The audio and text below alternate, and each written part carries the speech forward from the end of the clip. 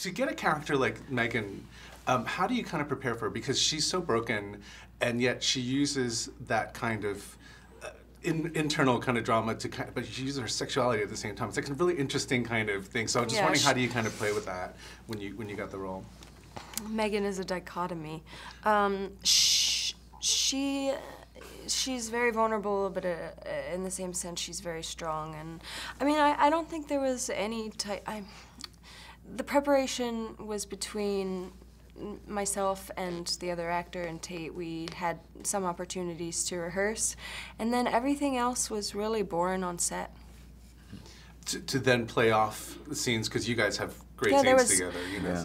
The beauty of the chemistry between myself and the other actors was the chemistry. Like, we were able to, in a way, I think, rely on each other for maybe something that wasn't necessarily on the page, and to explore and to discover things and to really exist in the skin of these characters. Yeah.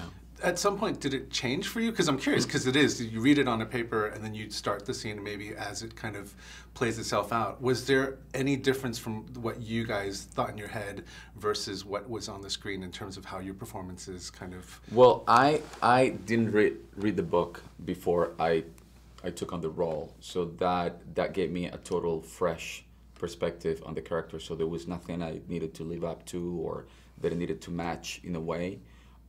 Which either way, I mean, had I read the book before doing the movie, I would have found a way not to let whatever idea I had in my mind to interfere with the performance, because in the end, it's a recreation. I mean, everything is a new perspective of the characters. I mean, even if characters are based on real people, you're always doing a reinterpretation of those characters. You can never really, and especially in terms of books, I mean, it's like everybody has its own, you know, their own experience with the book because it plays in a different way in your head.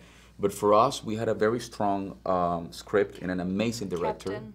You know, we had Taylor, who's so sensitive and so unprejudiced that he didn't pose any judgment on the characters, which was pivotal to tell a story like this one, where everybody's so flawed, where everybody has so many contradictions. It was a delight. I do want to ask, because there's a beautiful scene.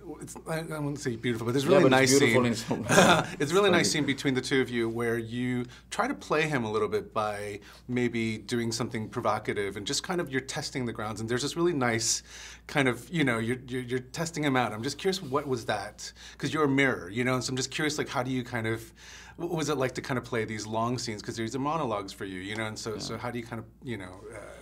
I think she wasn't testing me, or that's how I feel it. I mean, she wanted to connect, right? I think she is a character that is used to numbing out a lot of her feelings, and I think that was just a part of that scene. Was maybe she was going through something emotionally, and the place that she feels safe was going to maybe sexuality, or she likes to, in a way, I think, test people, see how they will respond, but also, to connect. And that's what's so great about it, is that it's many different things. It's not just one thing. It could be 20 different things in the matter of seconds. And I think that was always growing and changing. And I think that's the interesting thing about acting, is you were, you know, in great opportunities, like to not be one thing, or to not try to get one thing or have one objective in a scene. It's about like the spectrum. The spectrum of feelings and emotions. And I think that Megan in Dr. Abdick found something that she wasn't expecting.